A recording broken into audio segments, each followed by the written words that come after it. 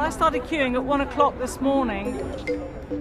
I think there were 700 when we got here. There are masses and masses of people, but they all seem perfectly happy to queue.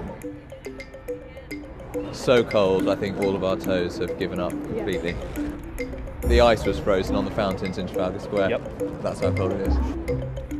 I was sort of dreading the queue, but I knew that it just had to be done, like one of those things that you have to see because it's not going to happen again. It was worth bearing the cold. It was worth lack of sleep. It's a piece of history in the making.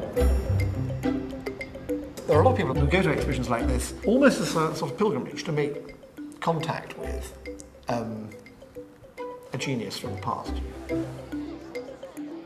It's the quality of the response that's taken me by surprise. The passion behind the response, people coming back more than once, people feeling really that they needed to do this not just because of this extraordinary name, but because they were going to experience something extraordinary. Leonardo talks about love a great deal. He talks about the depiction of the soul, and something in these pictures speaks soul to soul, inspires love. It's very, very difficult to define, but I saw it happening over and over again as I walked around the show and watched people watching.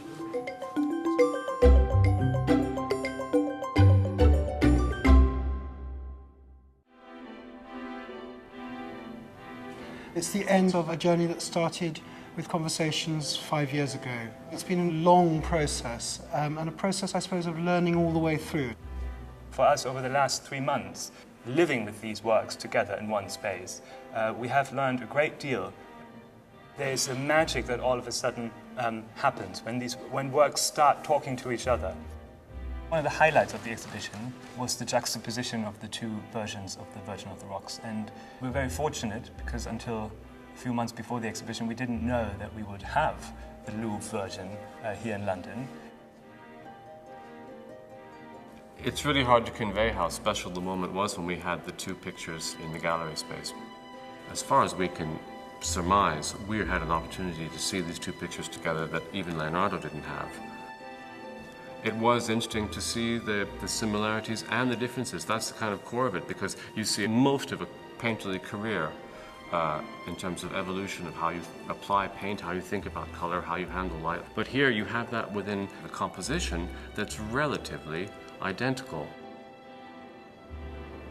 As you are able to look underneath paint layers and things, obviously there are new things to discover, and so much has come out in the course of doing this exhibition. Before this exhibition and before these studies were undertaken, quite little was known about the actual way in which Leonardo painted, and now we know a great deal more. We know that there were 2 phases of drawing on this picture.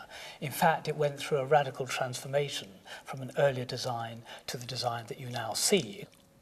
And we also know a great deal about the materials, for example, the pigments he used. So we can provide a very complete description of how this work of art was created.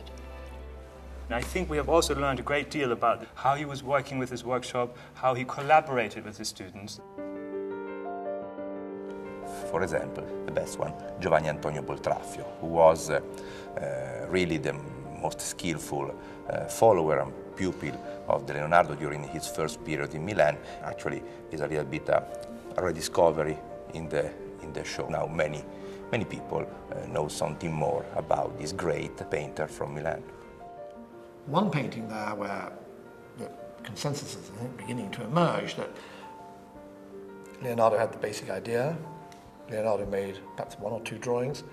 Boltraffio made more drawings, and then it was painted by yet another artist. I chose to exhibit Leonardo's paintings with works by assistants, pupils, collaborators, but also with drawings.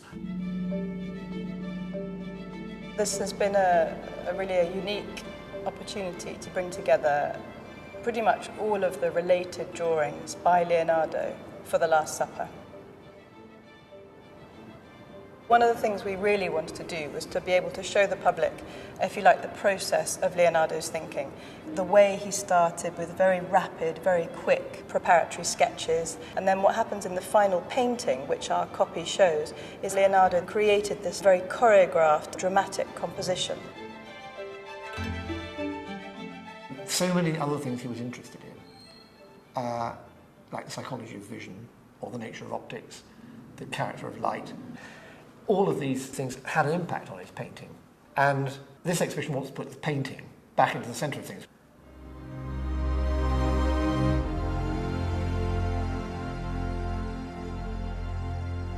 The Salvator Mundi has been an important discovery. I think is an important point of this exhibition, in the sense that finding a new Leonardo is not something that you can do every day.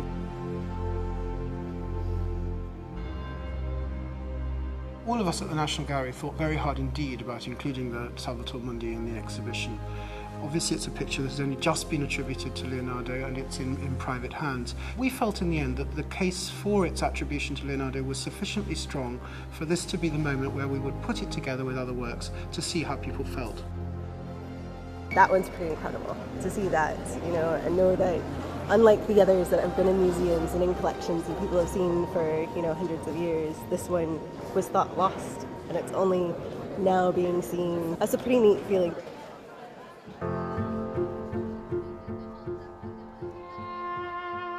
There is a lot to be learnt still about Leonardo. What I've been amazed by is how profound and layered and endless the viewing experience is. This process of endless revelation, whereby it's almost as if onion layers are being peeled away, and yet you never ever quite get to the core. I think that it's this spiritual quality in Leonardo's work that has raised this exhibition to the event it's been, in the sense that it's not just about the name, it's about something to do with the way in which these pictures speak to people across time.